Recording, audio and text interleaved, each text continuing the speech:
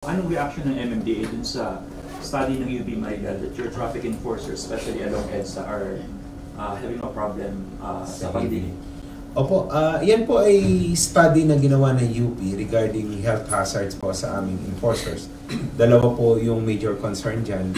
One is yung sa kanilang baga dahil exposed po sila sa usok ng mga sasakyan. Yan naman po ay tinitry nating i-address through distribution ng mask. Although, syempre po, yung po kasing ibang mga motorista sinasabi na nagtatakip ng mukha yung ating mga enforcers.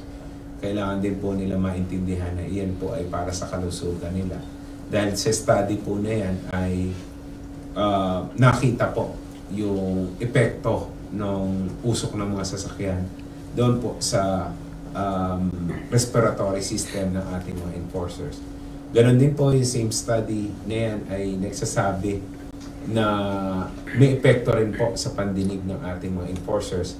Amin na pong pinag-aaralan kung anong magandang rekomendasyon. Hindi naman po pwedeng completely magkaroon ng earplugs yung aming mga enforcers para hindi po maapektuhan dahil delikado rin po yan sa kanila. Hindi nila maririnig kung may parating na sasakyan.